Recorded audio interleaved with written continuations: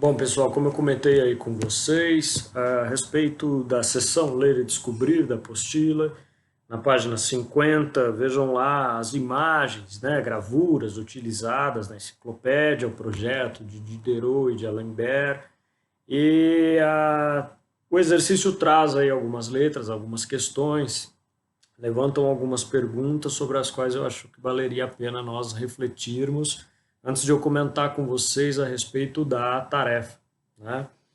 É, Quando a gente para pensar na intenção, observem aí na página 50 as gravuras, quando a gente para pensar na intenção aí dos desenhistas, né, ao realizarem essas gravuras, a gente pode dizer que essas imagens representam, no primeiro caso ali, né, dois animais, como vocês podem ver, um elefante, um rinoceronte, né, um esqueleto humano na imagem do meio, e a oficina de trabalho ali de um tipógrafo, né, com os seus diferentes equipamentos, na terceira gravura, né.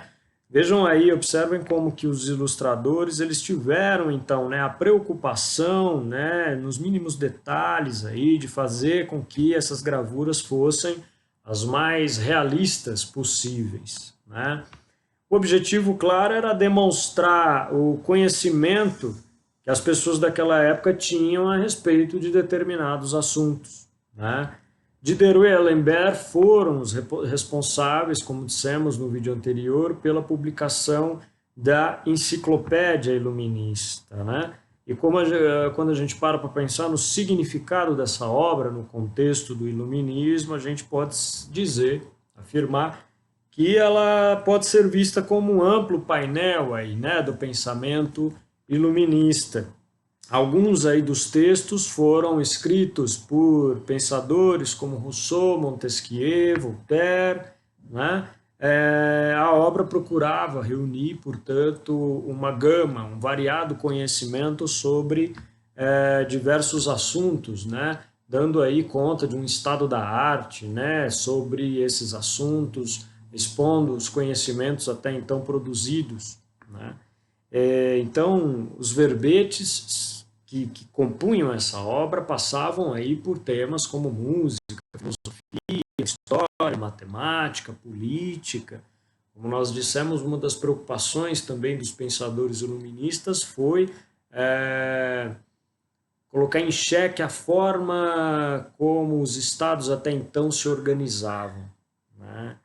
Então, foi aí elaborada, né, essa obra, a enciclopédia, ao mesmo tempo em que a Europa atravessava o período da Revolução Industrial que estudamos, né, no capítulo anterior da apostila. E, portanto, muitos dos seus verbetes tratavam justamente desses assuntos, né, das novidades tecnológicas desse período, né. Outros verbetes abordavam aí as descobertas científicas que vinham acontecendo naquela época, né? Os seus editores, a gente poderia observar que eles acreditavam que dessa maneira estariam aí afirmando o advento de uma nova era. Como nós dissemos no primeiro vídeo dessa aula, os pensadores iluministas acreditavam que apenas pela circulação, pela veiculação dessas ideias, desses pressupostos, das suas teorias, criariam-se já as bases, né, as condições materiais, existenciais, para que cidadãos críticos fossem formados por meio do contato, fossem lá nos salões, nos cafés, pelos clubes de leitura, pela frequência aos lugares de sociabilidade, nas casas de representantes da nobreza, da burguesia, né? Conforme iam tomando contato, cabe aí destacar, né, que os donos de cafés, por exemplo, eles costumavam manter à disposição dos seus clientes jornais, revistas, para que esses se informassem sobre essas novidades da época, sobre as descobertas científicas, né? E então a gente não pode esquecer do papel da imprensa para a difusão desses ideais, dessas ideias iluministas, não é mesmo? Os jornais e revistas tiveram uma grande importância nesse período também, né? Então, os editores da enciclopédia, né, de Diderot, de Alembert, eles acreditavam que dessa maneira eles afirmariam o advento de uma nova era baseada então no quê? Na luz da razão e na fé do progresso, na fé no progresso, né? Vejam só a letra C aí, né? A enciclopédia, as enciclopédias existem até hoje, né? Um exemplo é a Wikipedia, né? Que todos nós consultamos com frequência atualmente, né? E que semelhanças e diferenças a gente poderia aí encontrar com relação ao que foi feito por Diderot e D'Alembert e a Wikipedia, por exemplo, né? De semelhante, a gente poderia apontar aí que há o fato de ambas essas obras serem organizadas por meio de verbetes, né? Isso procurando aí sistematizar, portanto, todas as informações conhecidas a respeito de um assunto ou outro, né? E de diferente, a gente pode citar o fato de que a Wikipedia existe apenas na internet, né?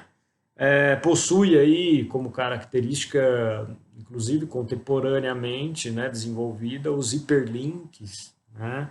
E permitem assim que qualquer pessoa edite esses textos, né? Se vocês tiverem essa curiosidade, esse desejo de contribuírem ao engrandecimento dessa enciclopédia contemporânea que é a Wikipedia, vocês podem acessar inclusive, procurem lá, né, Iluminismo no Wikipedia, vai aparecer o verbete e vocês podem editá-lo, né? Vocês podem escrever lá o que vocês aprenderam, por exemplo, em aula sobre o Iluminismo, contribuindo para o engrandecimento dessa enciclopédia. Essa é uma característica que não existia, né? Portanto, uma diferenciação importante com relação ao projeto da enciclopédia lá do período do Iluminismo, organizada por Diderot e D'Alembert.